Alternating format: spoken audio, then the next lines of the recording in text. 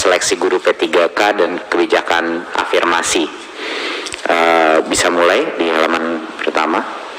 Ya, ini adalah lini masa daripada program seleksi tes guru P3K. Nanti ujian seleksinya targetnya adalah Agustus 2021, akan ada 3 ujian seleksi, dan ini kan tahun pertama, tentunya tahun kedua akan kita lanjutkan ujian seleksinya. Ada 3, satu di bulan Agustus, satu lagi di bulan Oktober, dan satunya lagi di bulan Desember. Nah, memang di bulan Maret ini targetnya adalah untuk formasi final dari Kemenpan RB, dan juga sinkronisasi formasi oleh BKN, dan validasi dilakukan oleh Pemda dan Kemendikbud sesuai aturan dan undang-undang negara kita. Formasi itu hanya bisa diajukan oleh daerah, ya. Makanya itu yang kita kejar-kejar selama 2 bulan terakhir ini. Tapi Bapak Ibu, satu poin yang penting adalah dari mana kita bisa mendapatkan sebenarnya komitmen dari Pan RB dan Kemenq dan hampir seluruh kabinet untuk mendapatkan komitmen alokasi sampai dengan 1 juta kapasitas, ya. Jadi ini bukan perekrutan 1 juta guru, mohon saya koreksi. Ini adalah kapasitas, menyediakan kapasitas anggaran sebesar sampai dengan 1 juta guru itu gimana kita bisa mendapatkannya? Belum pernah kita bisa mendapatkannya bertahun-tahun itu. Alasannya kenapa kami berhasil memperjuangkan angka itu adalah dengan kondisi adanya tes seleksi. Itu satu-satunya alasan. Kenapa? Jadi kalau ada pertanyaan, kok Kemdikbud bisa mendapatkan sampai saat, padahal sebelumnya formasi kapasitas kita nggak pernah sedikit pun sebesar itu. Alasannya adalah hanya dengan satu kondisi, ada tes minimum kompetensi yang dilakukan. Itulah kondisi kenapa kita bisa berhasil mendapatkan anggaran formasi kapasitas sampai dengan maksimum 1 juta guru. Nah, itulah alasannya Bapak Ibu. Jadi mohon dimengerti bahwa itulah kondisi permintaan kita, makanya kita bisa mendapatkan itu. Jadi itu satu poin yang sangat penting untuk dipahami masyarakat, bahwa kondisi adanya tes seleksi itu tidak mungkin tidak ada, gitu. Berikutnya, kami mendengar beberapa masukan bahwa mungkin ada isu dengan sosialisasi formasi P3K ini. Saya dengan keras harus menjawab ini, bahwa seluruh dirjen kami dan termasuk saya sudah kunker ke Sulawesi, ke NTT, ke Papua. Jadi menteri pun dan Bapak Ibu Komisi 10, saya sudah mendengar banyak sekali Bapak Ibu di Komisi 10 sudah mensosialisasikan formasi. Bapak Ibu, masalahnya bukan sosialisasinya. Kita telah melakukan berbagai macam acara, webinar, Zoom, untuk terus menyebut bahwa 1, tolong ajukan formasi, 2, pemerintah pusat akan mendanai biaya, menyiapkan biaya melalui DAU untuk semua formasi yang lulus tes P3K. Jadinya mohon maaf Bapak Ibu, tapi sosialisasi yang kita telah lakukan itu sudah seintensif mungkin, baik dari pemerintah daerah maupun bahkan kunker pun kita. Jadi ini adalah program yang sangat intensif. Namun apa yang terjadi harapan berikutnya?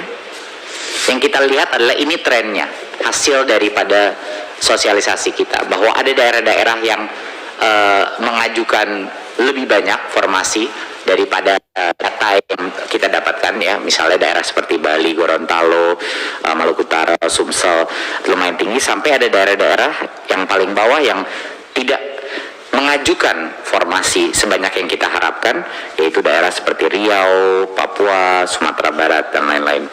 Jadi ya, totalan formasi pemerintah daerah ini memang menjadi maksimum daripada yang bisa kita angkat menjadi P3K. Tapi jangan lupa Bapak Ibu, ini bukan yang formasi, ini adalah maksimum ya, berarti mereka masih tentunya harus mengambil tesnya. Nah, sebanyak 196 daerah mengusulkan formasi kurang dari 50% dari total formasi yang menurut Kemdikbud masih dibutuhkan.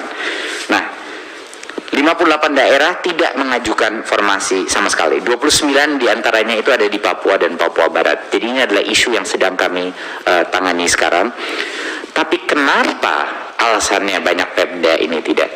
Bapak Ibu, ini adalah program pertama kali dalam bertahun-tahun bahwa pemerintah pusat mengajukan dan memberikan jaminan anggaran untuk formasi sebesar ini. Nggak heran juga pemerintah daerah banyak yang belum percaya. Apakah benar? Betul.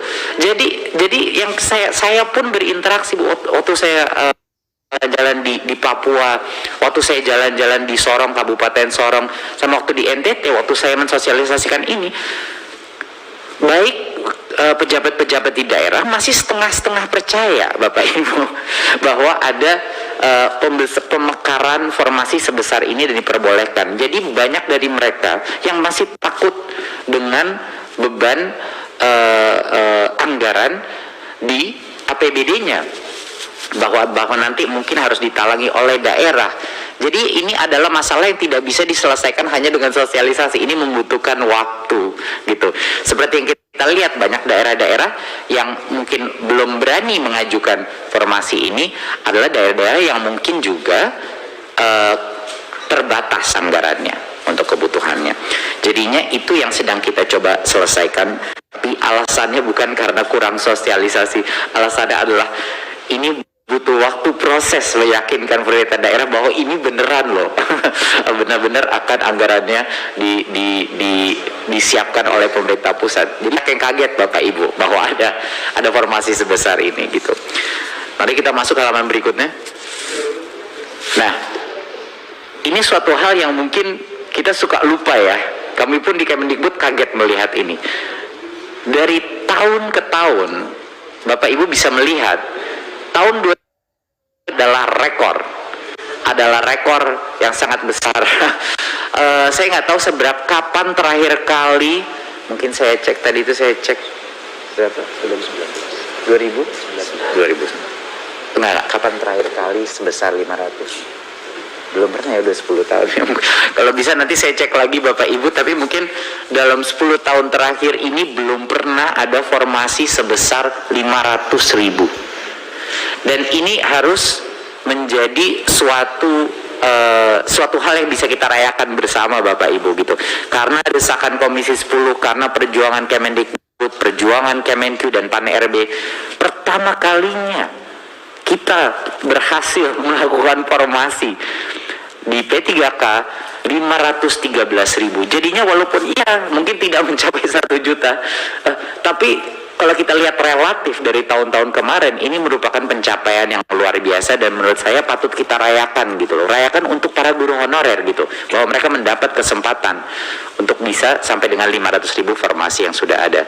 Nah, satu hal yang sangat penting untuk disosialisasikan di masing-masing daerah dan mohon dukungan Bapak Ibu di masing-masing dapilnya